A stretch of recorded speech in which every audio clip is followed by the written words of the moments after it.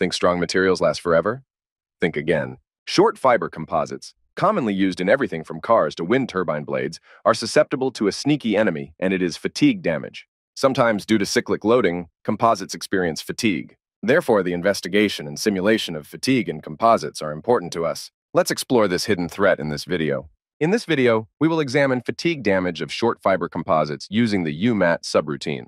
In this package, we will examine fatigue damage of short fiber composites using the UMAT subroutine. Now, let's see what you will learn in this package. In this package, we will first provide explanations about fatigue and its types, as well as short fiber composites. Next, we will examine failure models of short fiber composites, including the Nouri and Avanzini models. In the next step, brief explanations about the UMAT subroutine will be given, and we will review the UMAT subroutine flowchart. Finally, we will analyze the UMAT subroutine line by line. So let's get started. As I said, I first provide some explanations about fatigue and fatigue in composites. What is fatigue? Fatigue is the failure of a material due to the application of alternating forces that are less than the ultimate strength and often less than the yield limit. Material fatigue occurs when the material is subjected to repetitive or fluctuation stresses that result in sudden failure of the part. The main reason for the danger of fatigue failure is that it happens without prior notice. So fatigue analysis of parts is very important. Fatigue is the cause of premature failure of most industrial parts. In the below figure, you can see a crack, arm broken due to fatigue. Fatigue initiation usually occurs with crack growth on the surface of the part or in areas of stress concentration. And then the crack grows in the area under maximum stress. There are many factors that affect the crack growth, but the most important ones are the following. Mean stress. With increasing the average stress applied on the specimen, the cracks grow faster. Temperature. Temperature is a very influential factor in the fatigue process. Often increasing the temperature helps to create and grow cracks faster. The environment that the part is placed in also affects the growth of cracks. For example, a corrosive environment facilitates the occurrence of cracks. Surface finish. If the surface of the specimen is rough, it greatly helps to grow cracks. Among the factors affecting crack initiation or growth, the mean stress has a special importance. To study this parameter, it is better to first review the types of loading that lead to fatigue. The first case of loading is tensile and compressive, such that the amount of tensile and compressive loads are equal. In the fatigue, you can see the stress time diagram for this loading. In this case, R, which indicates the ratio between tensile and compressive stress, is equal to -1. Sigma M here is equal to the mean stress and is obtained from this equation. Also, sigma A is equal to the load range and is obtained from this equation. And sigma R is equal to the stress range, which is twice sigma A. The second case is also a combination of tensile and compressive stresses, but in this case the amount of stresses are not equal and the tensile stress is greater than the compressive stress. In the third case, the compressive stress is 0 and only tensile stress exists. And also the minimum amount of stress is 0. In this case, the cycle is performed as tensile loading and unloading to 0 stress. The fourth case is that the stresses are completely tensile and the minimum stress also has a non-zero value. And the fifth case is loading in irregular cycles. You should pay attention to this point that compressive loading alone cannot affect crack growth, because in compressive loading cracks close and there is no possibility of crack growth. Fiber reinforced composites are made of fibers embedded in a matrix. The purpose of creating fiber reinforced composites is to obtain a material with higher strength and higher elastic modulus. Higher strength is achieved by transferring the applied load from the matrix to the fibers. The properties of fiber-reinforced composites are highly dependent on the size and orientation of the fibers. Generally, there are three geometries for these composites. The first category is aligned composites. The properties of aligned fiber-reinforced composite materials are highly anisotropic. The longitudinal tensile strength will be high, whereas the transverse tensile strength can be much less than even the matrix tensile strength. Two different geometries exist for aligned fibers. Continuous fibers. The fiber of longer than a critical length, which is the minimum length necessary such that the entire load is transmitted from the matrix to the fibers. If they are shorter than this critical length, only some of the load is transmitted. Discontinuous fibers. The fibers are shorter than the critical length. So, discontinuous fibers are less effective in strengthening the material. However, the modulus and tensile strength can range from 50% to 90% of the strength of the continuous fibers. The second category is random composites. This is also called chopped fibers. The strength will not be as high as with aligned fibers. However, the advantage is that the materials will be isotropic and cheaper. You know, composites have various applications in different industries. Therefore, fatigue analysis of composites is very important. Fatigue in composites depends on the type of composite. Because the composites are made of different types and are usually anisotropic and non-homogeneous, it is very difficult to provide any analytical model for stress analysis in composites. Therefore, we have to use the finite element method for fatigue analysis of composites. In this picture, you can see the different fatigue stages of a continuous fiber laminated composite. In composites, usually cracks first occur in the matrix, then delamination occurs, and finally the fibers are damaged. Based on the explanations that I provided about fatigue and composites, now we have a good understanding of these two topics. And now we want to study the fatigue of random short fiber composites. To do this, we first review the fatigue damage models presented for these short fiber composites. Nouri's fatigue damage model. Nouri and his colleagues presented a fatigue damage model for short fiber composites. This model is applicable for composites with orthotropic behavior. In Nouri's model, the damage growth rate per cycle is calculated from equation 1. By integrating this equation, the damage variables dij are obtained. In this equation, as you know, dij are the damage variables. N is the number of cycles. Yij are the dual thermodynamic forces. And alpha, beta, gamma, delta, and lambda are the material damage constants in different directions. Also in this model, the strain energy is obtained from equation 2. In this equation, E is the elastic modulus, G is the shear modulus, epsilon ij represent the normal strains, and gamma ij are the shear strains. But Avanzini and his colleagues made a change in Nouri's model. They consider the fiber distribution in the matrix to be homogeneous and random. So they assume the material behavior to be isotropic. With these changes, the model proposed by Nouri was transformed into a new model with one damage variable. Also, Nouri's model was developed for a strain control test, but Avanzini's model was developed for a stress control test. This change will help reduce the calculations.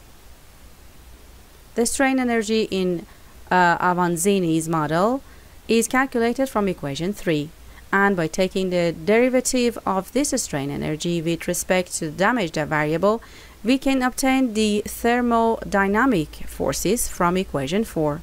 We will use the thermodynamic forces in calculating the damage variable. You should note that because compressive loading has no effect on crack growth, we will only use the positive part of equation 5 to calculate the strain energy and thermodynamic forces. As I said before, due to the changes that Avanzini made in Nouri's model, the new model has no more than one damage variable. Equation 6 shows the damage variable of Avanzini's model. In next steps, we intend to simulate the fatigue of a fiber composite using the UMAT subroutine. To improve convergence in the UMAT subroutine, we can use the regularized damage variable. Equation 7 shows the derivative of the regularized damage variable. But to use this damage variable in the UMAT subroutine, we have to use equation 8. In the above equation, dV is the regularized damage variable, and eta is the viscosity parameter. To determine the value of eta, we have to be careful because increasing it too much will cause a significant reduction in the stiffness of the sample. During the solution, the energy dissipated from viscosity regularization ALLCD must be much smaller than the real energies such as ALLSE. Well, after the explanations about fatigue failure models in short fiber composites, now we intend to simulate this fatigue in these composites using Abaqus software. First, we need to create the desired model. You can see the dimensions of the model in this slide. Additionally, to perform this simulation, we need the properties of the composite. In this simulation, one side of the sample will be completely fixed and a uniaxial load of 60 megapascal will be applied on the other side of the sample. At the beginning of the subroutine, as mentioned, the default codes or interface of the UMAT subroutine are presented. Also, here the dimensions of the new variables used in the subroutine by the user have been defined. In these comments, all the new variables have been defined, and brief explanations have been provided about them.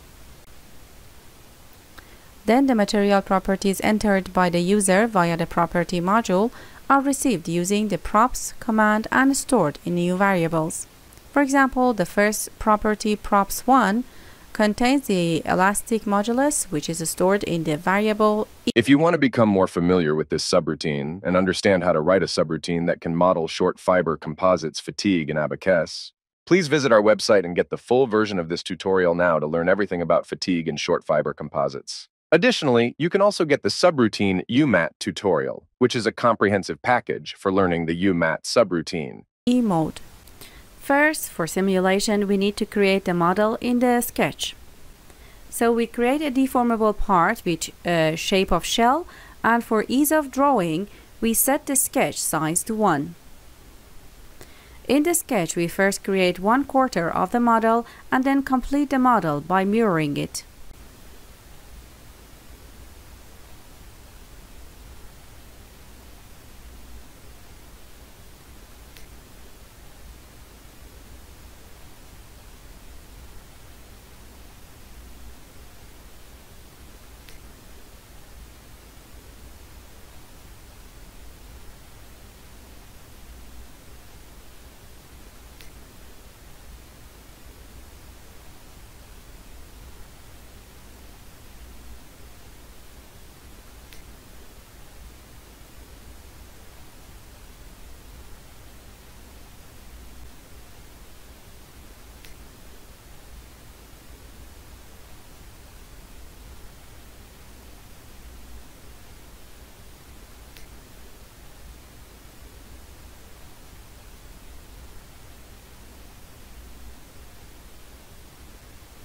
As you can see, the complete model has been created.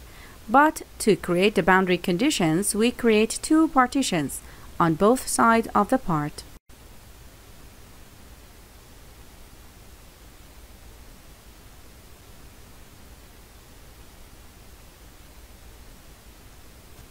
In the next step, we need to define the material properties. Since the material properties follow the UMAT subroutine, here we only need to specify the number of state V's and enter the all props which are related to material properties. Number of state V's are 17. First, elastic module. Poisson's ratio, alpha constant, beta constant,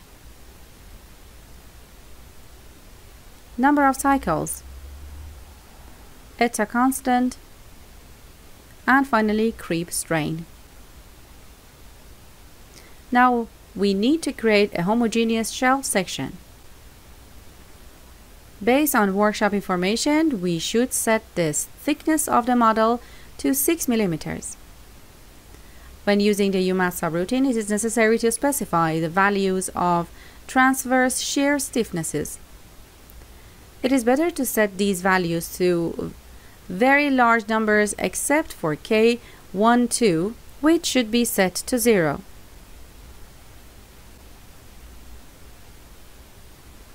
Now we need to assign the section which we created for the model.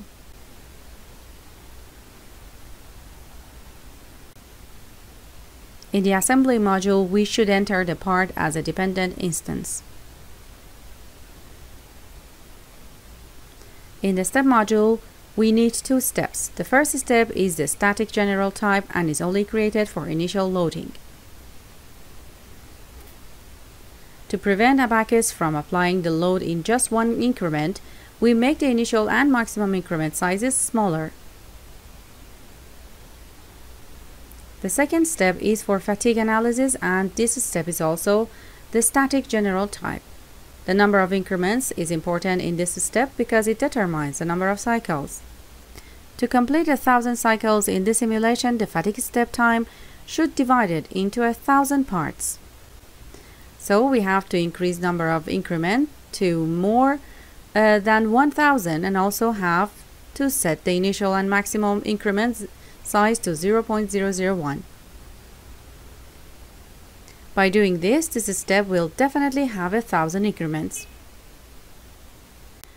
In this module, the state V's must be specified for visualization in the visualization module.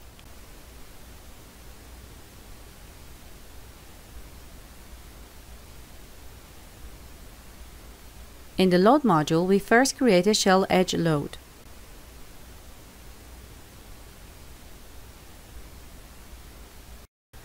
Note that this loading is in terms of force per unit length.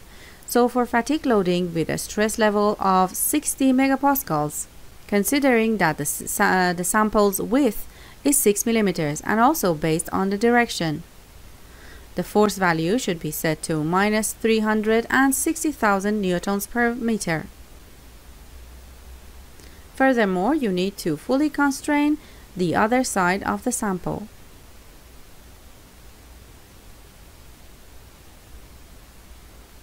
The side under loading should only be allowed to move in one direction.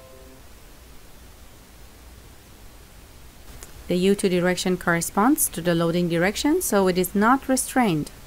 Since this modeling is a cyclic fatigue and the material doesn't enter the plastic phase, loading and unloading in these simulations have no effect. Therefore, the maximum stress value is used in each cycle. Note that with this loading and the applied boundary conditions, the sample is only under tension.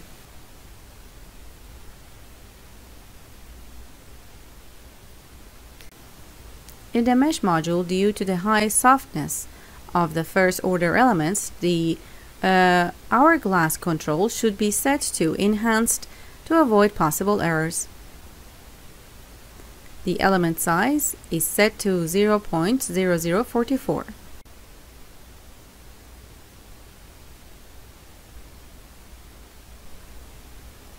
In the job module, we should create a new job and specify the path of the UMAT subroutine.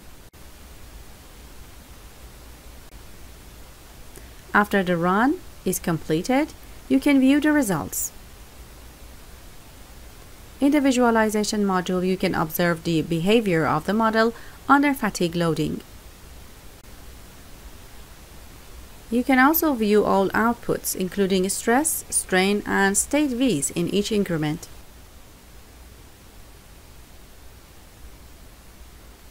Here you can also observe the increase in increments, which each one representing a cycle.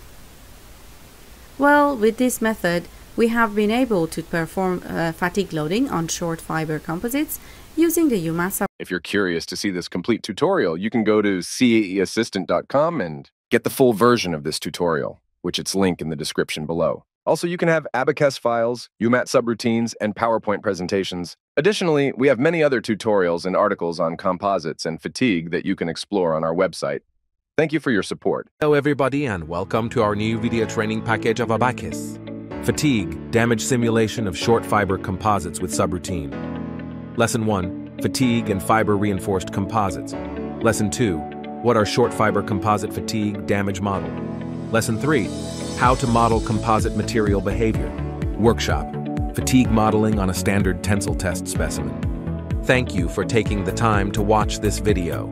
We hope it will be useful for you. I hope you have received the items that you're looking for in this package. Follow us on our social page and website. Have a nice day. Hope to see you again.